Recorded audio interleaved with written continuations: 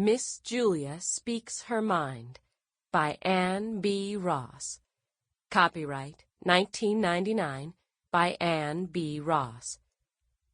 This full-length reading was published by arrangement with the author and PMA Literary and Film Management, Incorporated, and was produced in 2001 by Books on Tape, Incorporated, which holds the copyright thereto. This book has 273 pages and is read by Karen White. Chapter 1. I'd just caught my breath after the shock of my husband's sudden passing when his last legacy showed up on my front porch.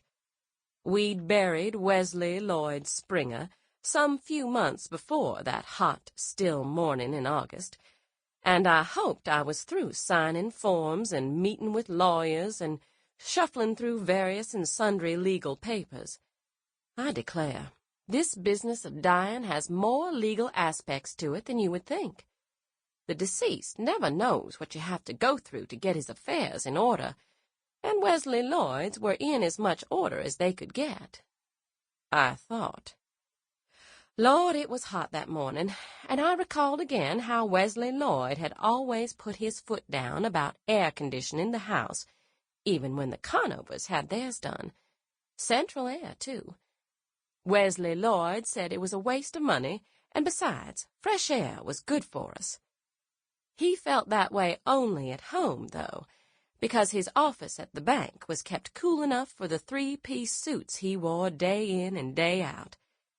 But I don't believe in speaking ill of the dead, even when it's the truth. So I was sitting in my living room trying to get my mind off the heat by looking through a stack of mail-order catalogs, making a list of the items I intended to call in for, and having a good time doing it, since Binky Enlow had said I needed to spend some money. Sam Murdoch had agreed, and he ought to have known, since he was the executor of the will, that had put me in my present more than comfortable position. Lord, there was more money than I ever knew Wesley Lloyd had, and it all belonged to me, his grieving widow, but a proud widow, too, and justly so, because I'd made such a fine and fortunate choice of husbands. But I tell you, I thought I'd never get over the shock of finding Wesley Lloyd dead as a doornail, slumped over the steering wheel of his new Buick Park Avenue, steel gray with plush upholstery, parked right out there in the driveway. But I did, laying him to rest in a properly ordered Presbyterian ceremony, as he would have expected. Then I had to suffer another shock when I found out how well off Wesley Lloyd had been. Why, besides the bank his daddy'd left him, he owned half the county, seemed like, plus stocks and bonds and tax-deferred annuities, all of it making more and more money every day of the week. When the extent of his estate was laid out for me, all I could think of was how he used to hand me a housekeeping allowance every Friday, saying, "Make it last, Julia. Money don't grow on trees, you know." And all the time he was cultivating a whole grove. Well, a lot of good it did him, because I ended up with every penny. Now, after 44 years in blissful ignorance of Wesley Lloyd's activities, financial and otherwise, I had settled down to enjoy the benefits of widowhood and a full checkbook, both of which I was mastering with hardly any problems to speak of. I looked out the window as a few cars passed by on Polk Street, heading down to Maine. I declare, everybody and his brother seemed to have a telephone glued to his ear, though this town's not big enough to need Bell South whenever you drive to the grocery store. Across the street, the parking lot spread from Polk to the back of the First Presbyterian Church of Abbotsville, my church and the one Wesley Lloyd and his father before him had supported with their presents, tithes, offerings, and over-and-above donations. Advice, too, which was always taken but not always appreciated. Heat waves shimmered up from the asphalt lot as I took note of whose cars were parked over there. It was my custom to keep up with what went on around me, And since Mondays were Pastor Ledbetter's days off, I couldn't be blamed for wondering why he was meeting with several men on the session at the church. But far be it from me to be nosy. I could hear Lillian humming along with the radio above the occasional clatter of pans out in the kitchen as she prepared my lunch. That was another thing that was different, now that Wesley Lloyd wouldn't be home for meals any more. He'd liked a quiet house, meals served on time, and everything done right on schedule. I had already begun to enjoy a little freedom from that schedule, telling Lillian that we'd eat whenever either of us got hungry, or she got the urge to put something on the table. I licked a finger and turned a page in the Neiman Marcus Christmas catalog, wondering what Sam and Binky would say if I ordered a few trinkets from it. I declare, some of the offerings were for people with more money than sense, a condition that didn't apply to me, I'm happy to say.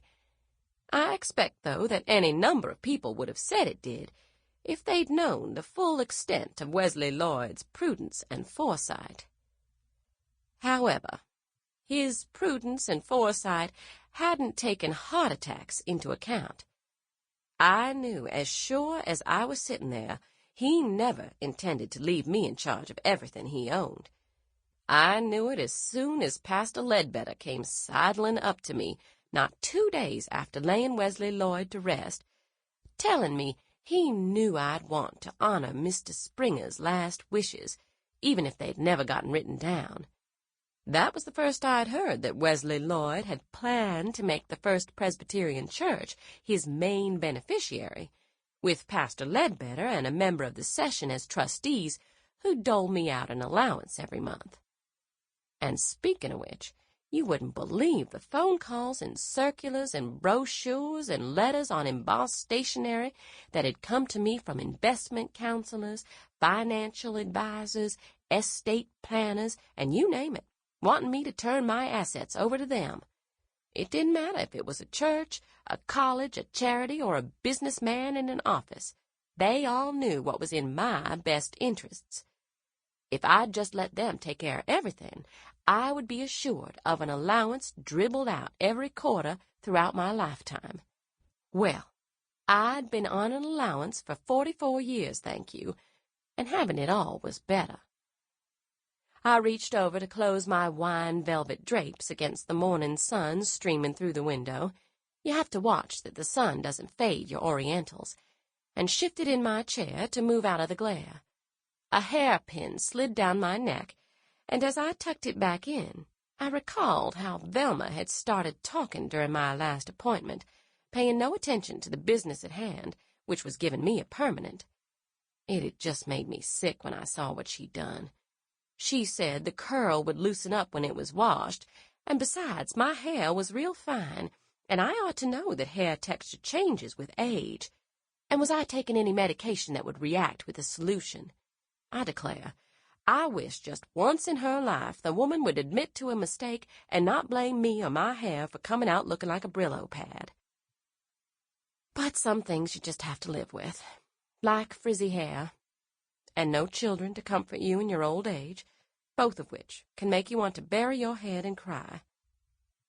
But to look on the bright side, hair can grow out, and children can grow up to squabble over inheritances, so I couldn't feel too sorry for myself. Not that I would ever deny a child of mine what was rightfully his, or hers, but they might fuss amongst themselves. As it was, I was spared the shameful spectacle of a family split apart over who got what. I know what I'm talking about, because I've seen it happen too many times, more's the pity. I expect there's never been a will in the world that satisfied all the beneficiaries, so I couldn't feel too sad about being the sole survivor. I sighed and turned another page, my attention so taken with the glitter of the catalogs that I nearly jumped out of my skin when the doorbell rang. I went to the front door and looked through the screen at a woman standing there in heels too high, dress too short, and hair too yellow. All of it too young for the hard-living lines around her eyes and slick red lips. A skinny little boy stood behind her, hanging his head, and I thought she was selling something. daughter. Sample complete. Ready to continue?